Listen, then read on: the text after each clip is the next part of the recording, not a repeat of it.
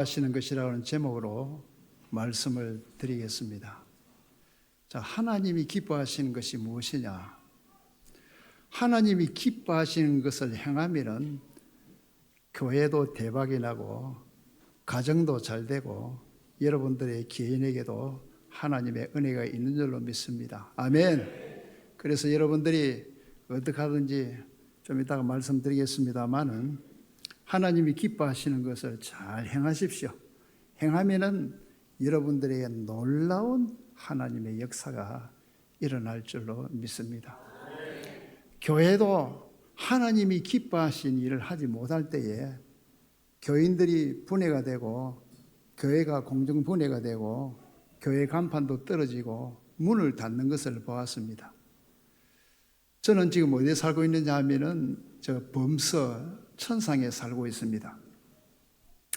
제가 이슬로 보니까 십자가 높이 있고 보니까 뭐 교회가 어느 교회대로 밤에도 뭐 십자가 불이 팍 오길래 이야, 저 교회는 살아있는 교회다 싶었는데 깜짝 놀랐습니다. 어느 날 보니까 교회 간판이 사라지고 거기에 뭐가 붙었느냐?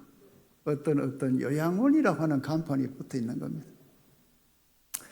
나는 목사가 되어서 저는 현재 하나님의 축복 가운데서 저 구영리 우체국에 거기에서 하루에 3시간씩 근무를 하고 있습니다.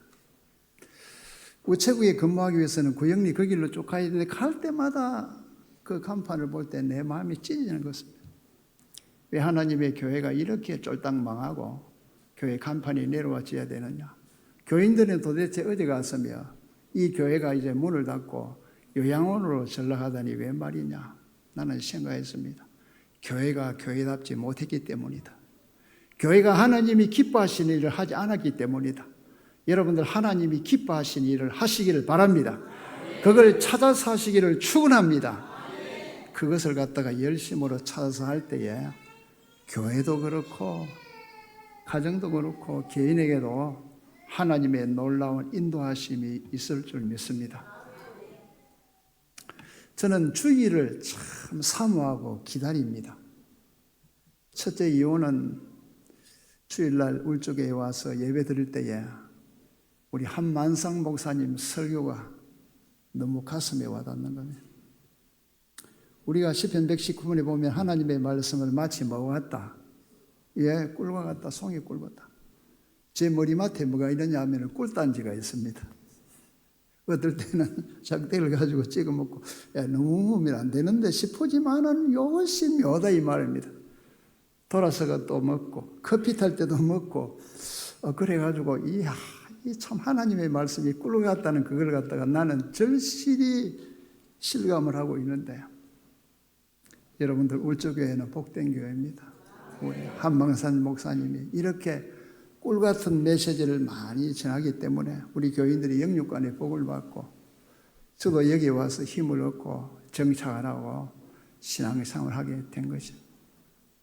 또 하나 주일이 기다려지는 것은 점심입니다. 오늘도 보니까 점심을 갖다가 막 고기에다 흔히 말하는 대로 진수성찬이에요.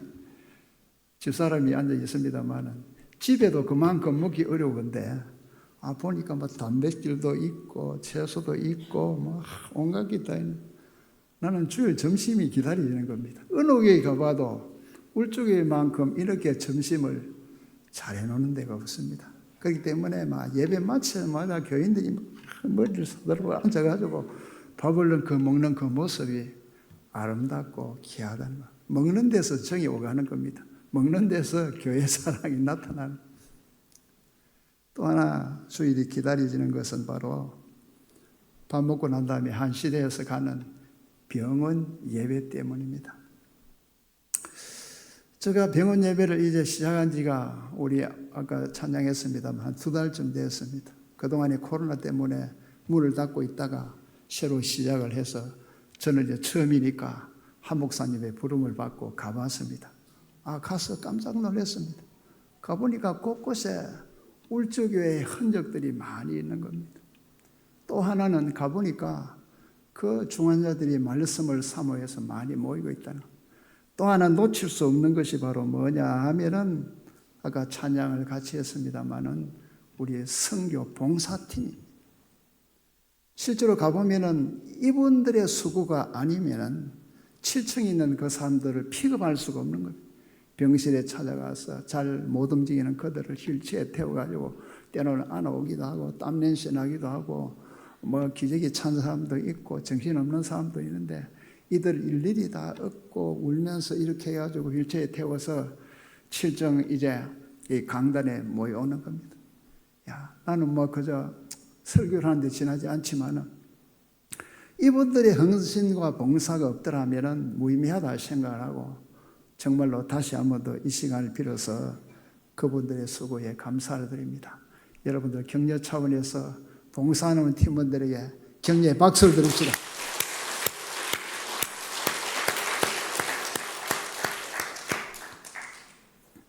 자, 그러면은 이제 본론을 집어들어서 하나님이 기뻐하시는 것이 뭐냐? 여러 가지가 있습니다만 다음 설교할 기회를 남겨두고 오늘은 세 가지를 말씀드리겠습니다. 그 첫째로 하나님이 기뻐하시는 것은 한번 따라합니다. 하나님이 기뻐하시는 것은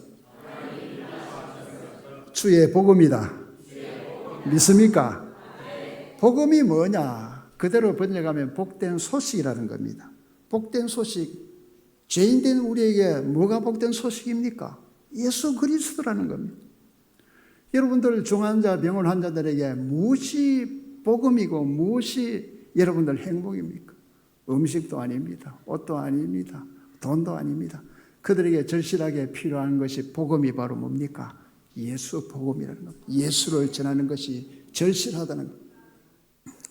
제가 한 목사님으로부터 목사님 좀 가서 좀 부탁을 드립니다 하고 그 이야기를 듣고 제가 조금 이렇게 긴장을 했습니다. 그래서 기도를 했습니다. 하나님, 이제 요양병원에 가서 제가 어떻게 해야 되겠습니까? 기도하니까 주님께서 이런 마음을 주시는 겁니다. 한번 따라합니다. 예수를 전하라. 저에게 주신 말씀은 나를 전하라는 겁니다. 나를 전하라. 거기에서 해답이 나온 겁니다. 병원에 가서 그 환자들에게 무엇을 전해야 되느냐? 살아계신 하나님의 아들 누구다? 예수님을 전해라. 지금 2달쯤 됐습니다만 우리 팀원들 아는 대로 지금까지 계속해서 제가 갈파하고 전했던 것이 바로 뭡니까? 예수라는 거예요. 예수. 예수밖에 복음이 없다는 겁니다. 예수만이 여러분들을 살리고 예수만이 그들을 살리고 예수만이 구원의 능력이 되는 것입니다. 그들에게 필요한 것, 오늘 우리에게 필요한 것은 바로 예수 그리스도라는 겁니다. 그래서 바울은 예수님을 일컬어서 나의 보배라고 합니다. 고린도서 4장 7절에 보니까 이 보배를 어디에 담았다? 질그릇이야.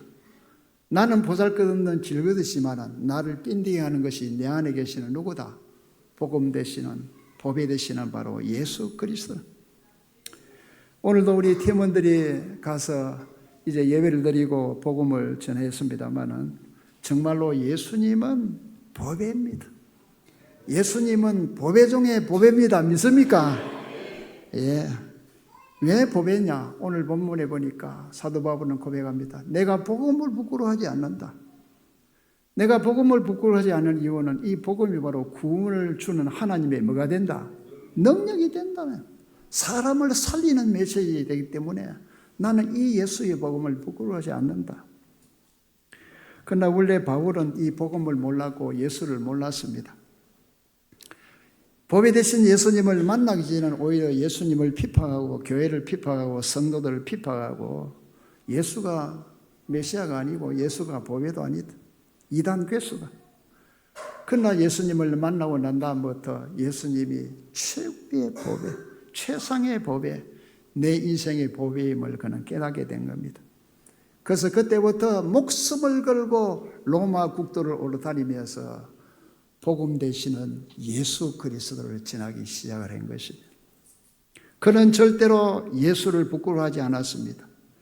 그래서 그가 복음을 전함으로 말미암아 로마가 복음화되고 이 로마가 천년 가고 그 이후에 유럽이 복음화되고 그리고 놀랍게도 약 140년 전에 무지몽매한 이 대한민국 땅에 복음이 들어와서 오늘의 대한민국이 이렇게 선량하게 됐다는, 오전 예배 때 우리 한 목사님 말씀도 있었습니다만은 이번에 파리 올림픽 때에 대한민국의 위상이 막 하늘을 찌르던, 북한은 사람 만들지 아니하고 그저 숨어서 뭐 인사도 안 하는데 우리는 뭐 자유롭게 얼굴에서 막 빛이 나고 뭐 총을 쏘면 1등을 하고 칼을 찌르면 1등을 하고 활을 쏘면 1등을 하고 세계 연예계 발표에 의하면은 대한민국이 개발 중도국에서 유일하게 선진국으로 진입한 나라가 바로 대한민국이라. 대한민국이 바로 모델 케이스라는. 자, 이렇게 대한민국이 발전하고 축복하고 오늘에 있게 된 것이 바로 뭡니까? 좀 전에 말씀드린 대로 이 땅에 선교사를 통해서 뭐가 들어왔기 때문이다. 복음이 들어왔기 때문이다. 선교사들이 1885년에 복음이 들어옴으로 말미암아 그들이 제일 먼저 한 것이 바로 뭡니까? 교회를 세웠습니다. 그 다음에 한 것이 뭡니까? 학교를 세웠습니다. 그 다음에 한 것이 바로 뭡니까? 병원을 세웠습니다. 이렇게 해가지고 무지몽매하는 이 땅에 놀라운 하나님의 복음의 역사가 일어나게 된 것입니다. 여러분들, 우리 대한민국은 참 복받았습니다. 가끔 여러분들 유튜브에 들어가 보면 저 북한은 보면 깜깜한 천지입니다. 보배 대신 예수님을 짓밟고 지금도 예수 믿는 사람 잡아 죽이고 교회를 잔해하고 그렇게 하니까 하나님 앞에 축복을 받을 수가 없습니다. 하나님을 기쁘시게 할 수가 없더라 이 말이에요. 그러나 대한민국은 주일마다 교회들마다 예배를 드리고 찬송하고 구름같이 모여서 하나님을 노래하는 이것이 바로 오늘 우리나라의 현실인 것입니다. 사랑하는 성도 여러분들, 복음은 바로 나를 살리는 복음이고, 그리고 이 복음은 바로 보배입니다. 이 보배 되신 예수님을 자랑하시기를 바랍니다. 이 예수님을 사랑하시기를 축원합니다. 그리고 이 보배 되신 예수님을 가슴에 품고 어디 가든지 예수님과 동행하시기를 간절히 바랍니다.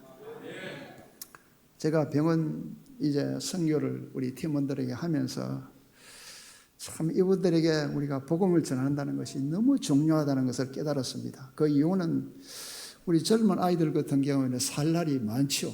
앞으로 50년, 60년 있고, 그리고 20대, 30대도 앞으로 살 날이 좀 있고, 그런데 그 중환자들이 앞으로 살 날이 얼마 될는지 기약이 없다 이 말입니다. 집사람 말마다 자고 나면 한 사람 죽고 자고 나면 한 사람 죽고, 그들에게 뭐가 가장 시급하고 복음이냐? 예수라는 거예요. 제가 그것을 절감한 것이 언젠가 말씀드린 대로 제가 대구에서 심호할 때에 가끔 동산병원을 병문안 갑니다. 교인 한 사람이 입원해 있어가지고 교인들과 함께 이제 병문안을 갔는데 가서 열심히 이제 예배드리고 찬송 부르고 이제 격려를 하고 한참 이야기를 하고 있는데 저 옆방에서 어떤 한 사람이 쪼르르 나와가지고 목사님 되시냐? 네, 그렇습니다. 다름이 아니고 우리 방에 있는 어떤 분이 내를 보내서 저기 찬송하고 예배드리는 저분을, 저 목사님 같은데 저분을 좀 불러달라는 거예요. 그래서 내가 직감에 아무래도 예배드리고 싶은 마음이 있는갑다 생각을 하고 이제 이 집사님한테 예배를 끝나고 갔습니다. 저를 찾았습니까? 예, 찾았습니다. 어떻게 찾았느냐? 목사님, 4주를 가까이 하는 그 찬송을 들으니까 너무 옛날 생각이에요. 작은 교회 집사였는데 오랫동안 병 신고하고 또 내가 예수를 모르고 있었는데 내가 이제 병지고 있으니까 목사님이 부르는 찬송가 그것이 너무 가슴에 와닿더라. 그래서 목사님 예배 좀 드려주시고 찬송을 좀 불러주십시오. 그래서 교인들과 함께 얼마나 신납니까? 지금 막 4줄 가까이 제일 쉬운 찬송가를 연거푸로 막 2장을 부르고 그 다음에는 또 성경을 읽고 예수 그리스도를 전했습니다. 지금 이 사람에게 필요한 것이 바로 복음이요 누구다? 예수다 이 말. 그래서 구원 초청을 하고 예수를 믿기로 작심하느냐 했기는 예 목사님 이제 내가 나으면 꼭 교회 가서 예수 잘 믿겠습니다. 약속했죠. 약속하고 또 뭐 복사도 하고 뭐 이렇게 해가지고 복사하는 건 맞습니까? 젊은 아이들.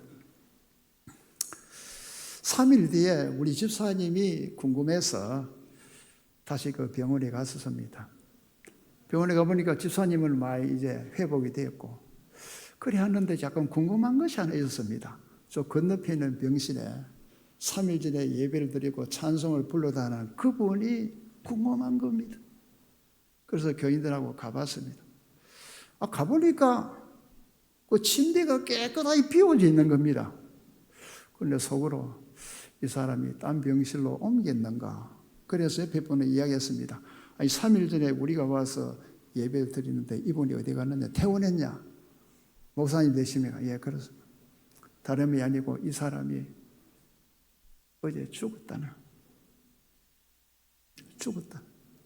그 말 들을 때 가슴이 먹먹한.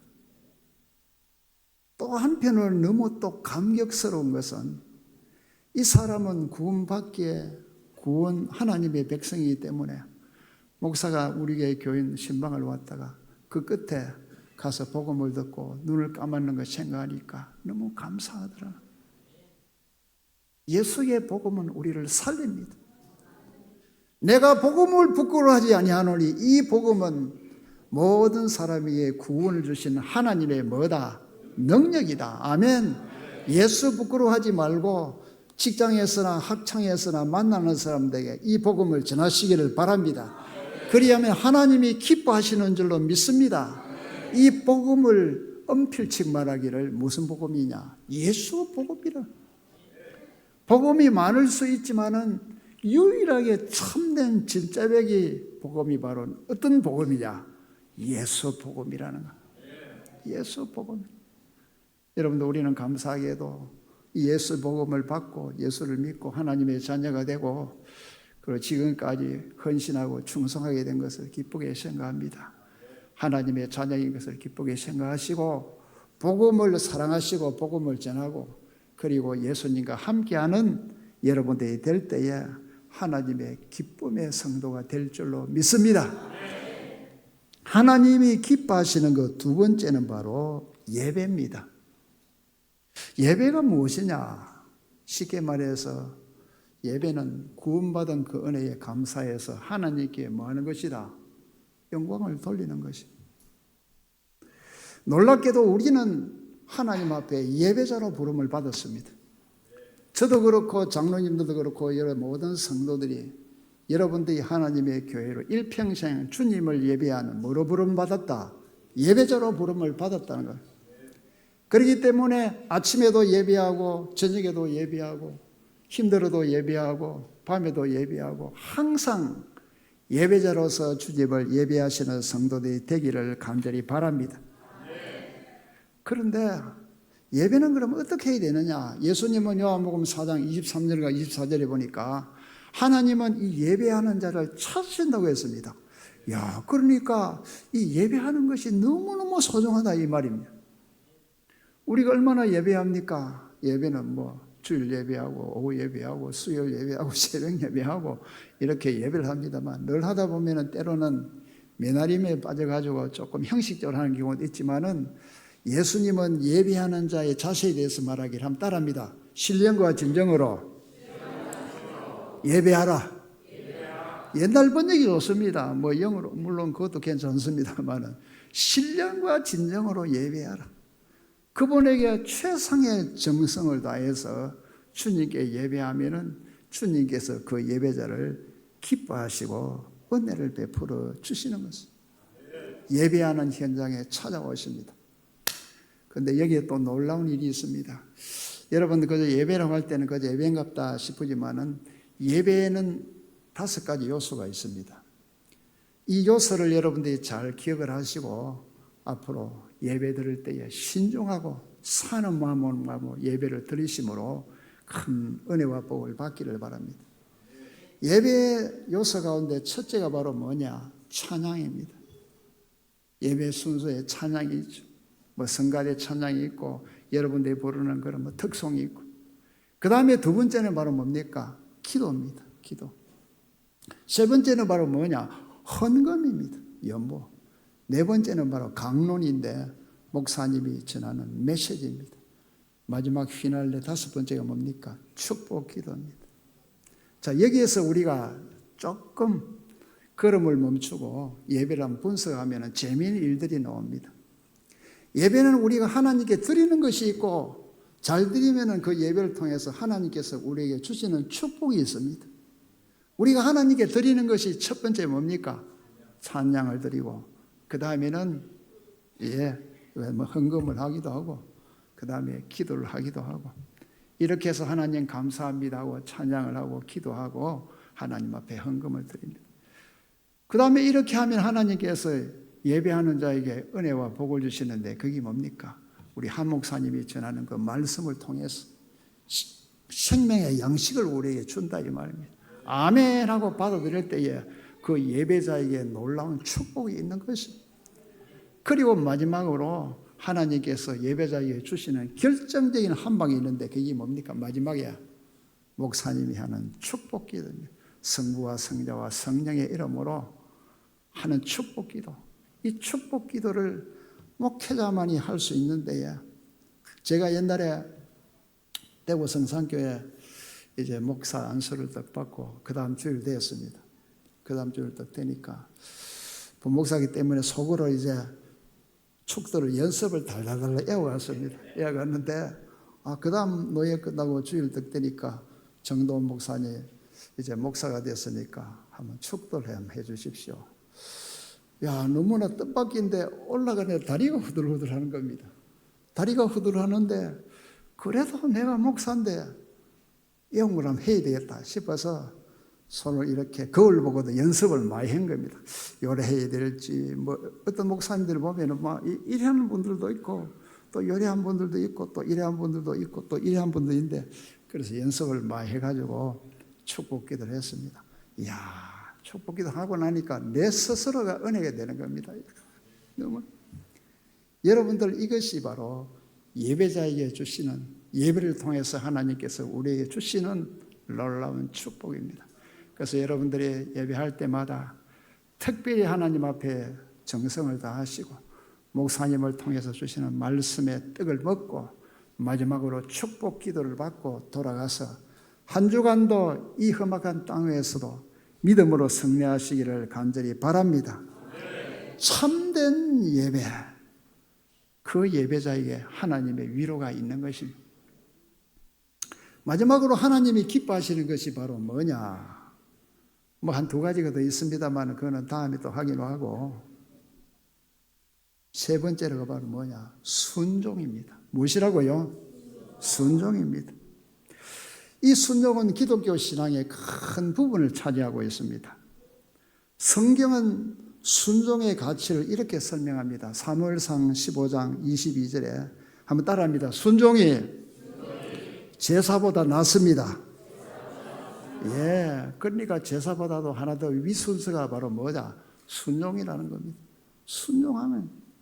근데 놀랍게도 이 순종할 때에 하나님의 놀라운 은혜와 복이 임하게 되는 겁니다. 여러분들이 신약 성경을 뚜껑을 열면 마태복음 1장 1절에 나옵니다. 뭡니까? 예수님의 족보를 펼칠 때 제일 먼저 아브라함과 그 다음에 다윗의 자손 예수 그리스도의 세계라. 믿음의 양대 조상이 나오는데 그분이 바로 아브라함과 다윗입니다. 이삭도 있고 야곱도 있고 그 많은 사람이 있는데 신약 성경은 말하기를 믿음의 양대 조상을 이끌어서 아브라함과 다윗이라고 한 겁니다. 저는 그것을 놓고 한참 이제 묵상을 했습니다. 이 두 분의 공통점 가운데 하나가 바로 뭐냐? 결정적인 순종심, 하나님을 향한 순종을 했다는. 우리가 하는 대로 창세기 보면 아브라함은 독자 이삭을 바치라고 하는 하나님의 지상 명령에 아멘하고 순종하고 바쳤습니다. 여러분들에게 아들을 바치라고 하면 되겠습니까? 참 불가능한데 아브라함은 아멘하고 순종했습니다. 기적의 역사가 일어나게. 다윗도 결정적으로 하나님께 순종한 것이 바로 뭐냐? 다윗이 성전 건축을 하려고 할 때 하나님께서 막았었습니다. 다윗아, 너는 성전 건축 못한다. 너는 피를 많이 흘렸기 때문에 네 아들 대해서 할 것이고 너는 성전 건축할 수 없다.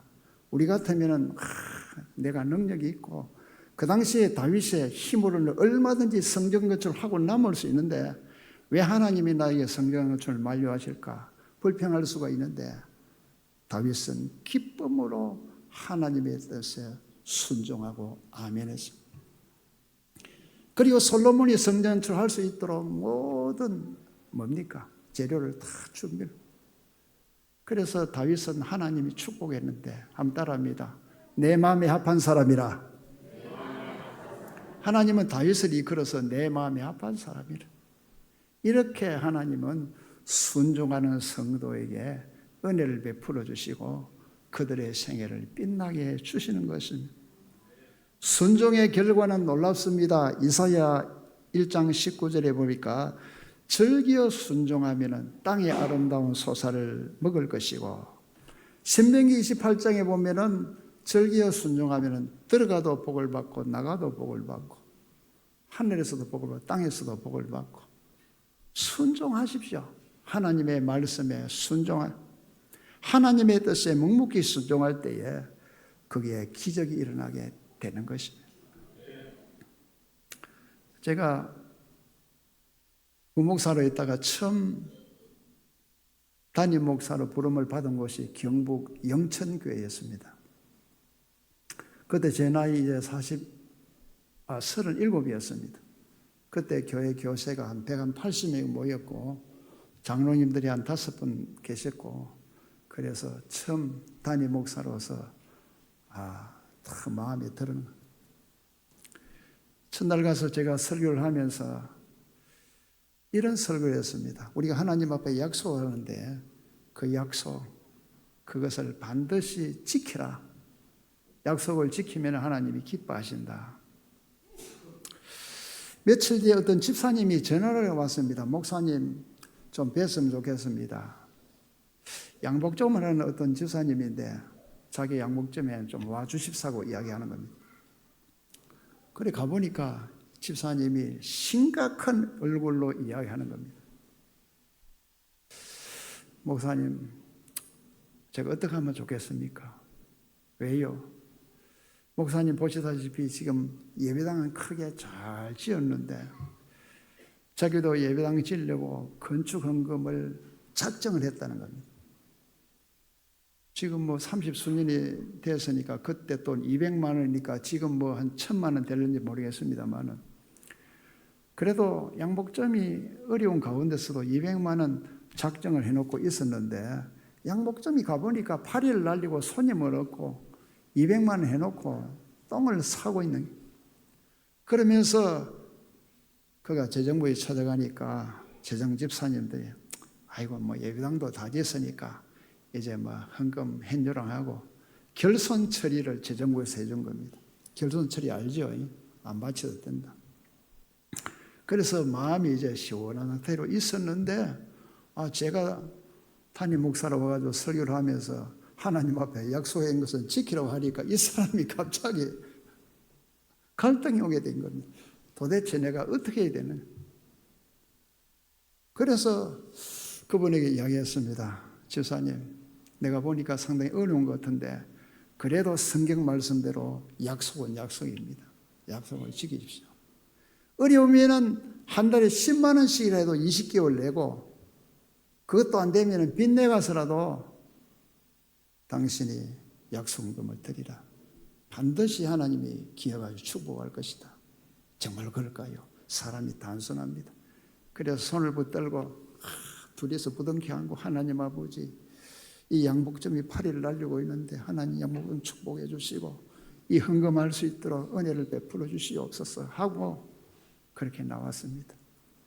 그 다음 주일날 이제 강단에서 설교를 마치고 헌금을 이렇게 이름을 이야기를 하면서 하는데 웬 보니까 막 이만큼 두툼한 헌금이 딱 올라오는 길을 일견해서 이 양반이 드린 헌금이겠다.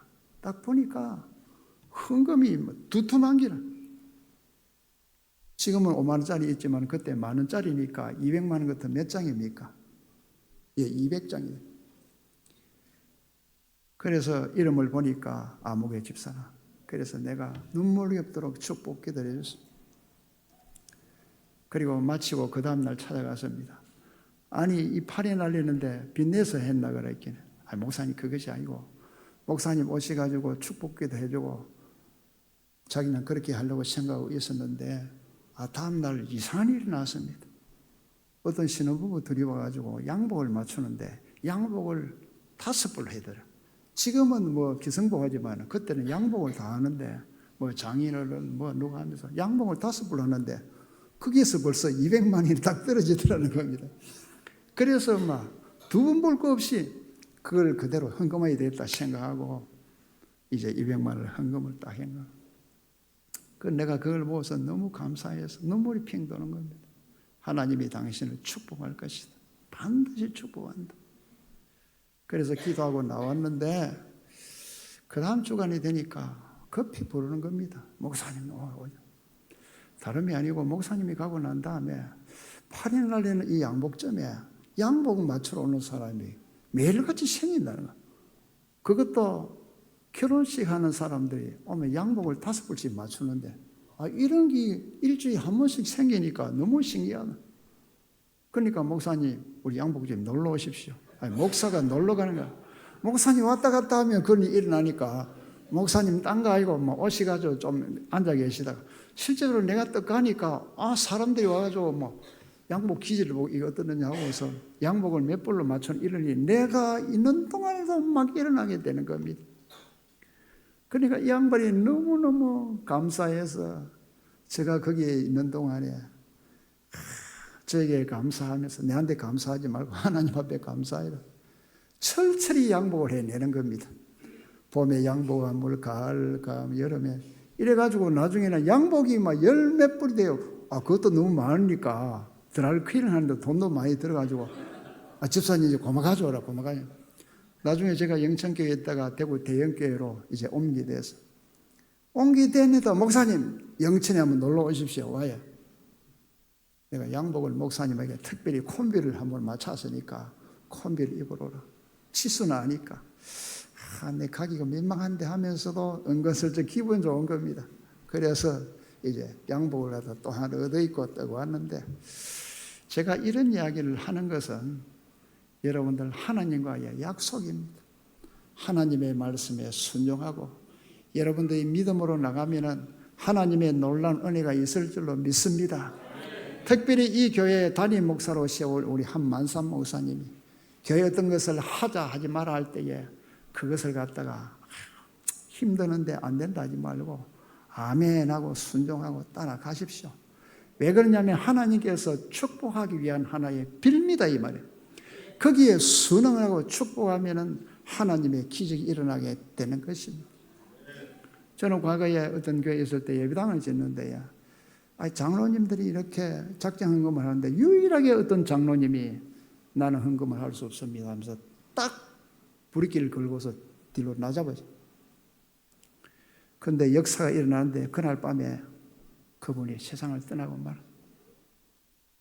참 좀 무서운 이야기해서 죄송합니다만은 어쨌든 우리는 하나님이 기뻐하신 일을 잘 골라서 그 일을 하게 되면은 여러분들의 삶에 놀라운 은혜와 축복의 역사가 있는 줄로 믿습니다. 하나님이 기뻐하시는 교회가 되시기를 축원합니다. 하나님이 기뻐하시는 그 일을 가정이 행하시길 바랍니다. 그 일을 여러분들이 개인으로 행할 때에 하나님께서 여러분들에게 큰 은혜와 복을 허락해 주실 줄로 믿습니다. 참 여러분들 저는 강단에 서서 여러분들 뵐 때마다 너무 감사합니다. 왜 그러냐면은 우리 울주교회 교인들의 얼굴이 보면은 환하게 꽃이 펴요. 이것이 바로 은혜 받은 증거고 우리 목사님이 메시지를 바로 전하고 목회를 잘 하셨다는 증거입니다. 우리 목사님한테 고맙다는 박수 한번 합시다. 또 우리 장로님들한테 또 한번 또 격려의 박수를 하십시오. 제가 병원 선교를 갈 때에 참 진짜 우리 박 장로님이 수고를 많이 합니다. 그리고 우리 청권사님은 몸 찬양 안 했습니까? 이 가운을 입고 몸 찬양하는데 얼마나 잘해요.